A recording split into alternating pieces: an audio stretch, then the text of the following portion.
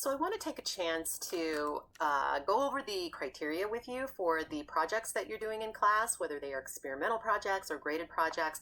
We use the same criteria to evaluate, to critique, to provide feedback, etc. And we know that these criteria can be known as COCAP, an acronym to make them easier to remember.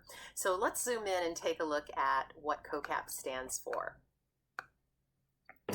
First is the big C, the communication of a concept. So what is a concept?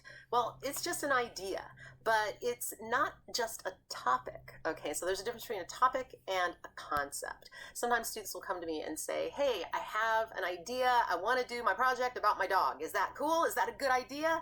And I will always say, yes, it's a great idea because it's just a topic, and every topic is great. It's potentially great. But do you have a concept around that topic? And that is a very different thing. So let's say that the person comes back and says, I have a concept now. My concept is that dogs, our pets, tend to imitate, this is off the top of my head, by the way, imitate human behavior and pose themselves in certain ways so as to get attention. And this shows how powerful socialization is, even with even with a beast like a dog. Okay, that's a concept. Now, oftentimes students will say, great, I have a concept, so I'm all ready to go, right? And it's like, yeah, go experiment with your concept. But at the same time, it's not done. Because there's a lot of development to be done, a lot of, as I say, the devil is in the details, it's in the elaboration, etc. It's in the complexity, it's in the fluidity, then there's more brainstorming to be done, right, about how you're going to depict this concept. What medium are you going to use? And once you've decided on that, let's say it's video, then what kind of storyboard are you coming up with? And what genre? Are you going to do a documentary? Is this going to be a narrative film? Is this going to be a meme? Is this going to be a still image? You know, so many questions that still need to be explored.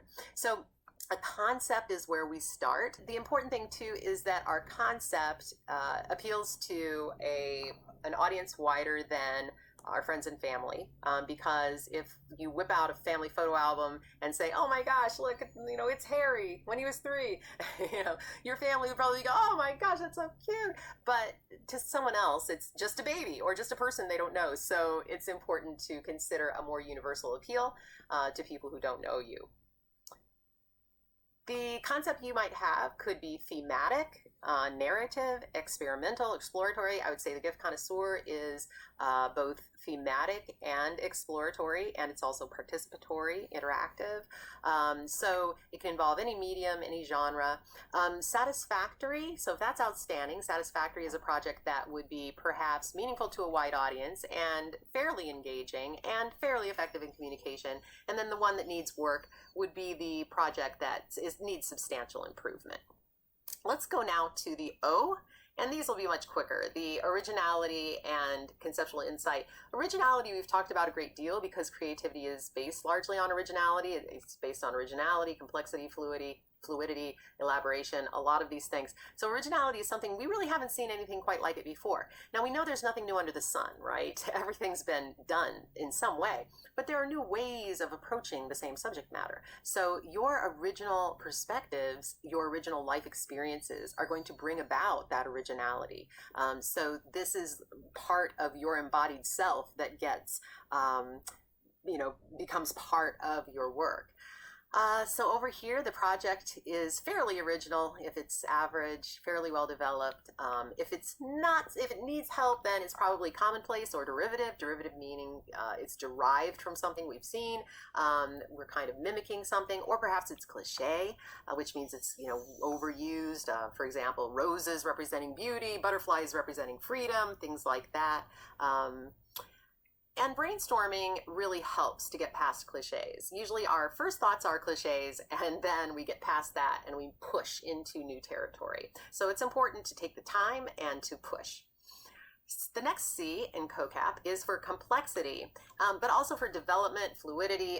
Elaboration is important here because, again, you know, if you have concept, that's one thing, but really then it's a matter of, geesh, let's say we're back to the dog, we're back to the concept of socialization, we've decided on video, we've decided on a documentary. Well, what are the sequences going to be? What's the footage? What dog is going to be in it? Who's going to be in it? Who are the characters going to be, you know, who are going to be talking? Are there going to be interviews? Things like that. And that takes a lot of brainstorming as well. So it's kind of a myth that we start a project brainstorming and then we go from there and just revise. That's really, we are always brainstorming. We're always diverging and converging with our ideas. So branching out and then choosing, branching out and choosing.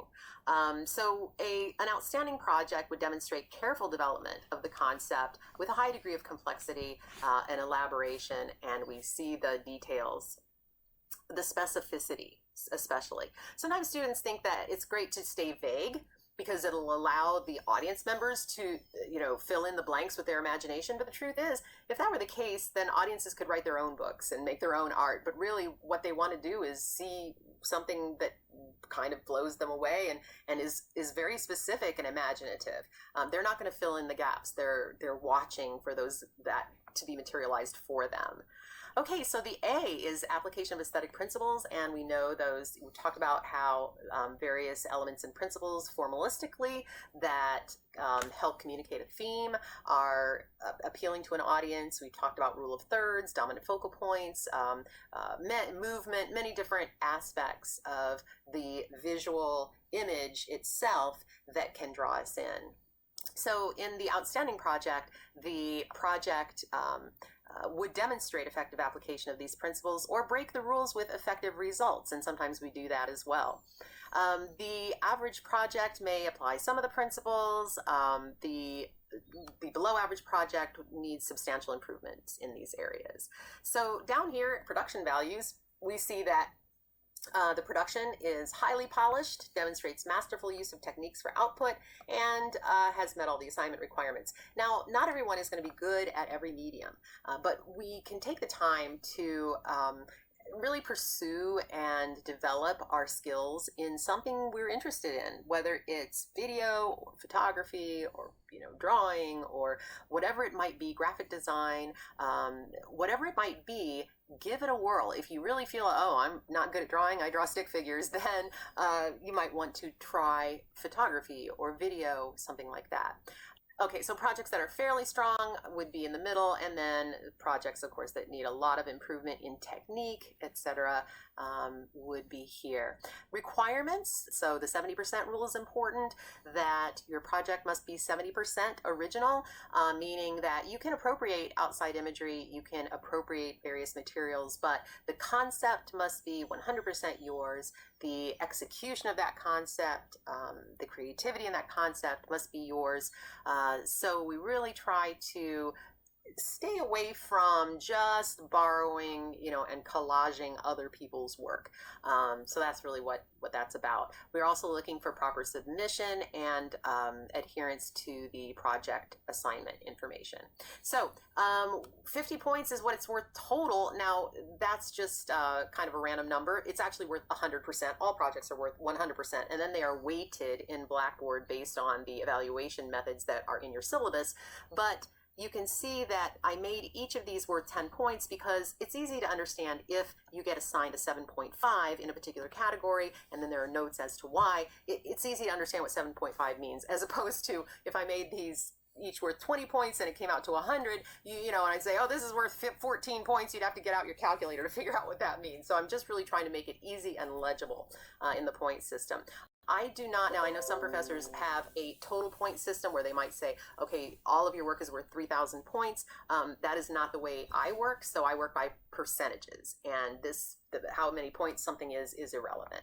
So I hope this has helped you to kind of get an overview of the COCAP criteria, because it helps us as well when we're critiquing and we're giving you feedback, and we're all just sort of collaborating in that feedback. We're all able to speak the same language and sort of hold the same values as we are working with you, and it's very exciting that way.